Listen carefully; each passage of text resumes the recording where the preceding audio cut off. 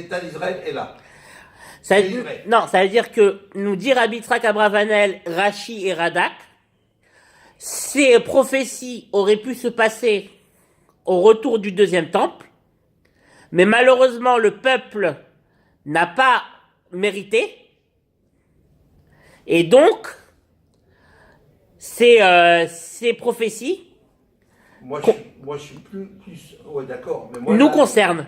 me concerne plus maintenant, aujourd'hui, qu'après la destruction du deuxième. Oui, c'est ce que dit Rabbi Yitzhak Abravanel. Rabbi Yitzhak Abravanel Ouais. nous dit que malheureusement, après la destruction du premier temple, lorsqu'on est revenu de l'exil de Babylone, on n'a pas mérité. On n'était pas méritant. Parce qu'on n'est pas revenus tous ensemble. Et donc, le fait qu'on ne soit pas méritant a fait que on n'a pas pu mériter ces prophéties, et ces prophéties sont pour nous. Très bien. Bon, alors il y a le dernier à faire. Ouais, voilà. Ah, mais il y a encore du temps, hein. Non, attends, non, parce qu'on n'a pas fini le verset 23 là.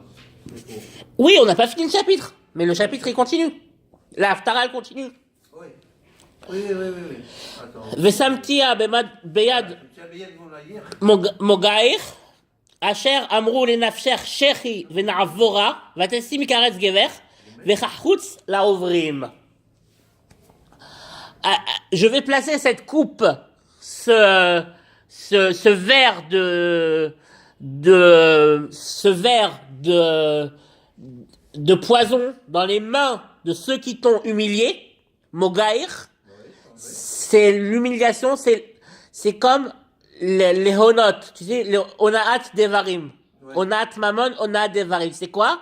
Onaat devarim, c'est quand, par exemple, je te dis, je te fais une critique. Un reproche. Je te dis, t'es mal coiffé aujourd'hui. Quand je te dis t'es mal coiffé, ça s'appelle onat devarim. C'est-à-dire, je t'ai fait une critique. Et je t'ai blessé.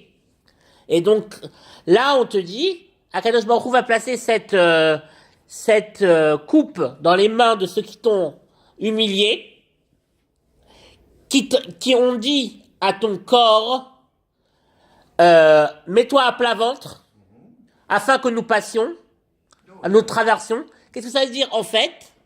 Les commentateurs nous disent, en fait, c'est que c'est comme quelqu'un qui dit qui doit passer dans un chemin plein de boue, plein de détritus, et qui a besoin d'un tapis pour passer.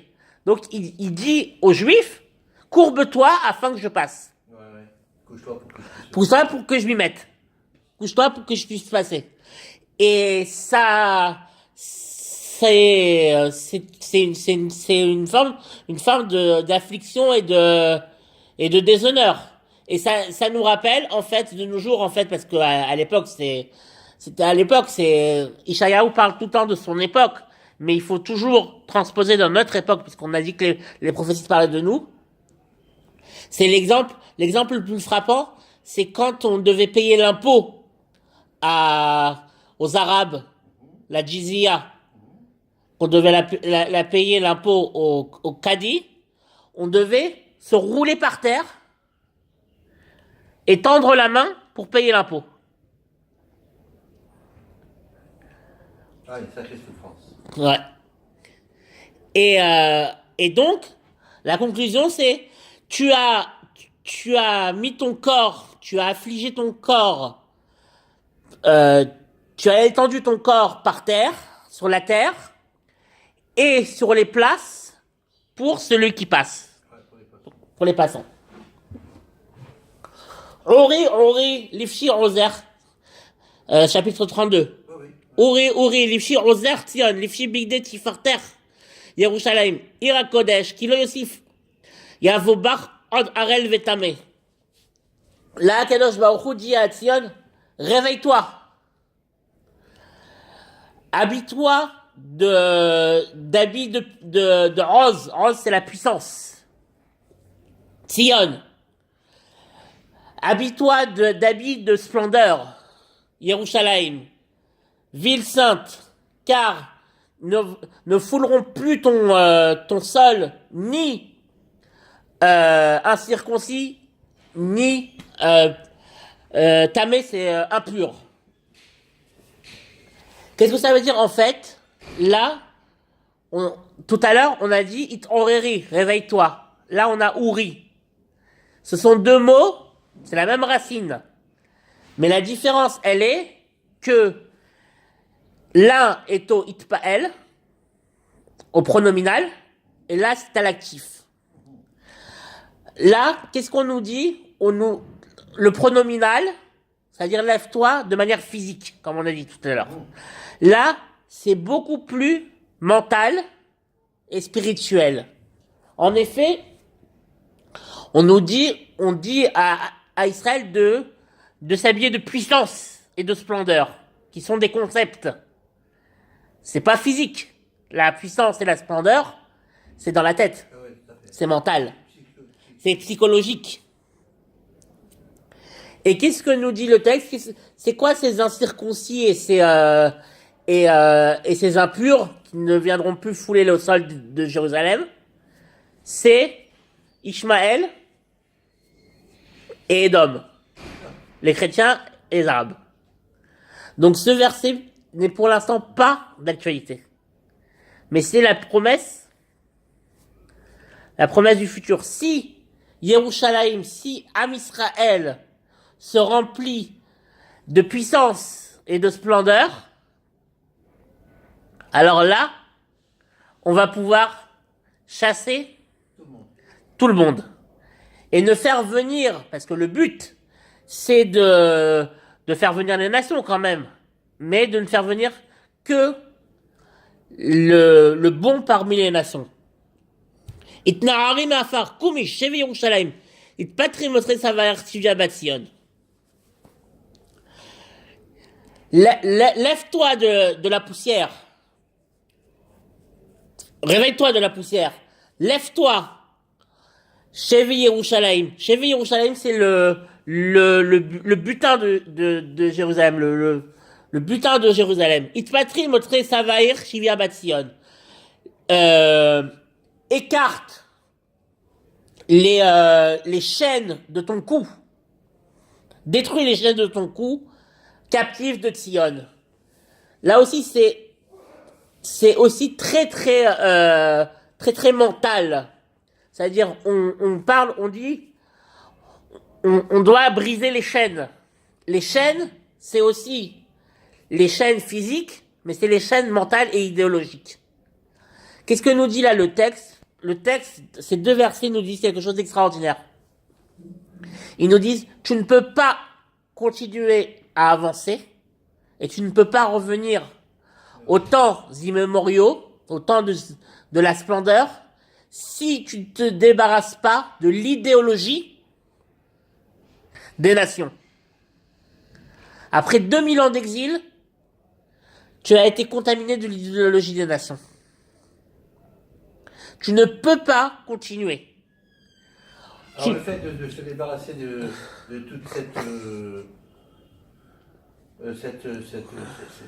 se débarrasser de cette idéologie de cette ouais, ça là, ouais. En fait, c'est quoi? C'est toutes les mises autres qu'on doit faire, Non, c'est revenir à son caractère, revenir à notre source. C'est pas seulement les mitzvot. C'est revenir pas seulement à la Avodat Hashem. C'est revenir à des principes fondamentaux qu'on a oubliés. Ouais, mais c'est quoi les principes fondamentaux? Mais la Avodat Hashem, c'est ça.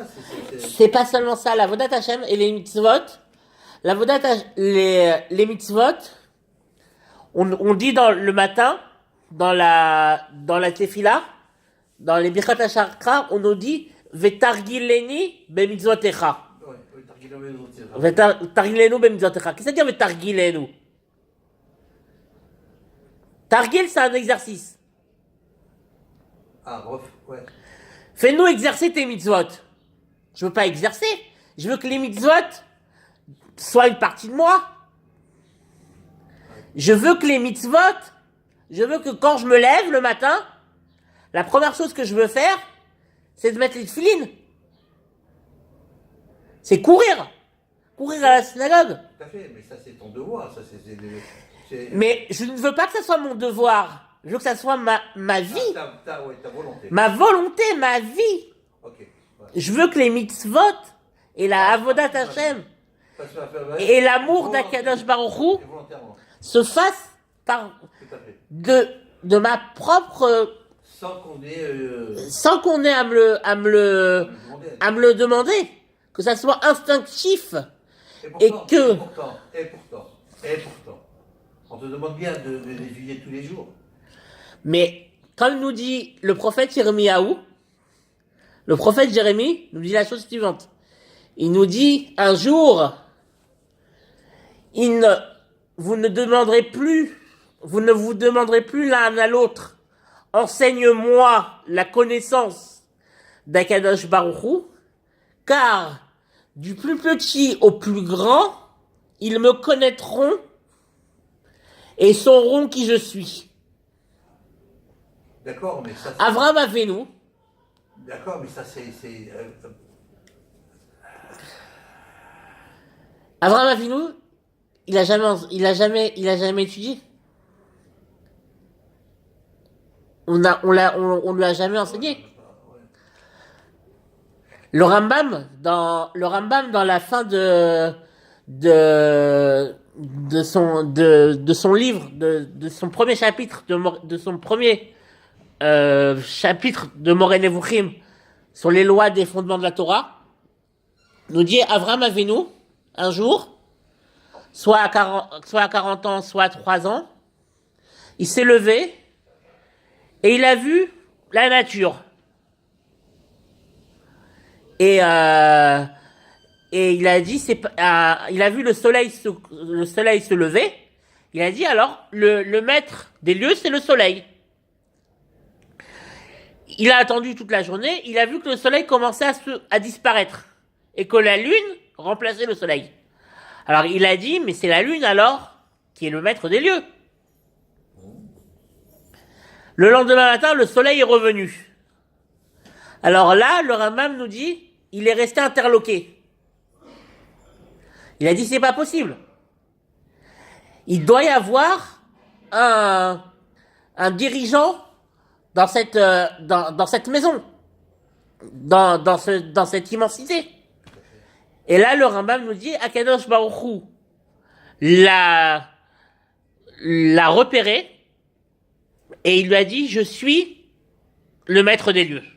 Il dit, Salam Abira. Balabira, va marli Ani, ou Balabira. Je suis le maître des lieux. C'est exactement ça. C'est-à-dire que Avraham Avinu, il a compris par lui-même. Et c'est tout le but.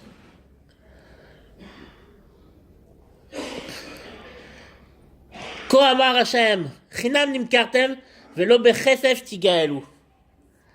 Ainsi parle Hashem. Vous avez été vendus aux nations de manière gratuite. Et vous ne serez pas rachetés, libérés par l'argent. Qu'est-ce que ça veut dire, ce texte, ce verset? Rashi, Radak et tous les commentateurs nous disent, vous avez été vendus parce que vous n'avez pas respecté la parole d'Hachem. Ouais. Parce que vous n'avez pas respecté les commandements d'Akadosh Baruch Hu. Et vous ne serez rachetés par rien du tout. Qu'est-ce que ça veut dire par rien du tout? Sans tchouva et sans maasim tovim. Pourquoi? Tu comprends? Oui. Pourquoi? Mais sans tchouva et sans... Et sans maasim tovim. Pourquoi? On a une controverse dans la Gemara qui nous dit la chose suivante. Et je terminerai parce qu'il est 11h. Qui nous dit la chose suivante. Rabbi Yehuda et Rabbi Meir Baal Hanan discutent. Il y a un verset qui nous dit Bani matem l'Hashem Elokechem. Vous êtes les enfants d'Hachem, votre Dieu. Et Rabbi Yehuda dit on est les enfants d'Akadosh Baruch Hu uniquement lorsqu'on fait sa volonté. Rabbi Meir dit non. Dans tous les cas, on est les enfants d'Akadosh Baruch Hu. Et alors chacun amène des arguments. À la fin, Rabbi Yehuda se tait. Il a plus d'arguments à amener. Donc c'est Rabbi Meir qui gagne la controverse. Et donc la halakha est fixée selon Rabbi Meir. Ça c'est dans le Talmud de Babylone. Dans le Talmud de Yerushalayim, Talmud de Yerushalmi, on nous dit que Rabbi Yehuda, il est parti du Beth Midrash. C'est encore pire qu'il s'est tu, parce qu'il peut se taire et rester. Mais là, il est parti. C'est-à-dire, il a tout abandonné. Et donc, Rabbi Meir a gagné. Et c'est exactement ce que nous dit le texte. Chinam nimkartem velo bechesef tigalu. Pourquoi? Parce que la Géoula, elle ne